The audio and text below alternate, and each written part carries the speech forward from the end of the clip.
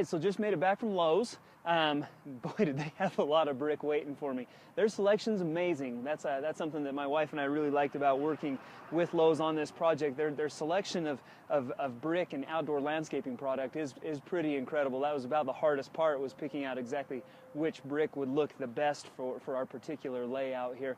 What we decided to go with, this is called the Fulton Old Castle. It's a charcoal brick with kind of some tan highlights. Thought it would look good in our area that we have selected here. And so to start laying your brick, what you're going to do is start in one corner and basically work out. As far as laying brick in patterns is concerned, there's lots of different patterns that you can do. There's a herringbone, there's a basket weave, there's kind of more of the traditional brick pattern. Kind of whatever you can think of, really, that's what you can do with your brick. I thought it would be kind of cool if we kind of combined two of them. I wanted to do kind of a herringbone with kind of the more traditional kind of staggered overlay type thing, trying to basically, you know, draw your attention to the center where we're going to have our fire pit built. And so to do that, you can see that I've started here in one corner, and then just really simple, I've got some guidelines here. I pushed this one out of the way so that I could have a little bit more room to show you how it's to be done. But basically, you know, really easy. As you go, you want to leave about a quarter to an eighth of an inch between your bricks. What we're going to do as soon as I'm done getting this all laid out, we're actually going to fill these cracks in with sand. What that does is that locks the bricks into place and keeps them from moving. And so again, to do the herringbone pattern, what I'm going to do is I'm going to stagger every other brick at a 90 degree as I work out from the corner. And so you can see that I'm going to have kind of a zigzag pattern here, but then if we can zoom out a little bit, you can see that I've actually started already in another place. And so we're going to get into kind of more of the traditional brick pattern. Now, as you go, again, it's important that we stay level. So I've still got my level here. Every now and then I'll drop that on there just to make sure that, you know, as I've been laying the brick, that it maintains this, that it stays level and even. If you do by chance have a brick that sits higher than the others, you notice these areas that start to get off, the rubber mallets work really well for that. This has kind of become my best friend out here as far as making things look flush, look even. You know, if it needs a little bit of persuasion to go down, just a couple taps tends to level that out a little bit.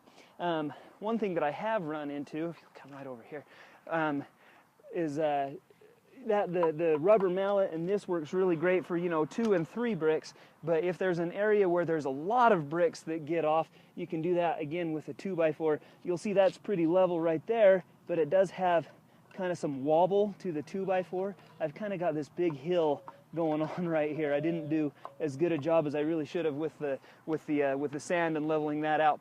What I found works really well for that, just leave your 2x4 there, and then just, sorry if that's really loud. Anyway, you're going to hit up and down that 2x4 until those bricks underneath it do level out. That's worked really effectively as far as taking care of some of those bigger areas. And so starting from one corner, I'm working to the other corners, and then I'm basically going to fill from the outside in, and then that's where we're going to start the fire pit construction from there. And so as soon as I get this done, we'll pick the video back up again. We'll show you how the fire pit's to be done. And so the next step with all of this is going to be to set my pavers in place. Right now, you know, there's still a little bit of wiggle room. I don't want that to happen anymore. What you're going to do with that, you can see I've already kind of started over here. You buy this paver sand, and this stuff's pretty neat actually. They sell it down at Lowe's again in these big 40-pound buckets. You can see that it's paver set polymeric sand. And what this does, it's sand with some additives in there that when you get it wet, it actually sets into more of a mortar rather than just sand. You can use loose sand, but keep in mind that regular sand will wash away. It doesn't do as well under, you know, freezing and fluctuating temperatures. Wind can carry it away, things like that. And so with this polymeric sand, it's designed to minimize those effects of the wind, the rain, and so on. And so what you're going to do, I would recommend following the instructions on the can. It did say to put it in a bag, cut a corner, be very precise with how you lay it down. That was going to take way too much time. And so what I've done instead is just kind of dump it out kind of in piles along the joints, and then grab my broom, and then you're just going to use the broom to push it around until it gets down into all of those joints. Kind of the quicker way, but it's important, and it mentions this on the paver sand instructions, that it will stain your brick. So keep that in mind. If this gets wet, it will discolor any brick that you have.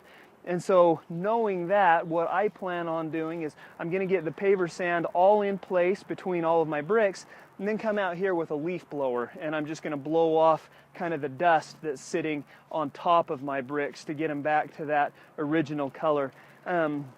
The next step, and again following the instructions on the paver sand, is to mist this. You don't want to hose it down so that it washes all the sand out of your cracks. You don't want it to splatter onto your bricks. Again, keeping in mind that it will stain, especially red brick is really susceptible to the staining. And so make it as clean as you can, mist it down, and what that does is that serves to lock it in place. Again, following the instructions on here, I want to say that you leave it there for 24 to 72 hours, and then we'll be ready to rock and roll on our next step. This is the last thing that I need to do to finish my patio, and then the next step's going to be putting the fire pit on top of it. So hopefully that'll be the next part of the video.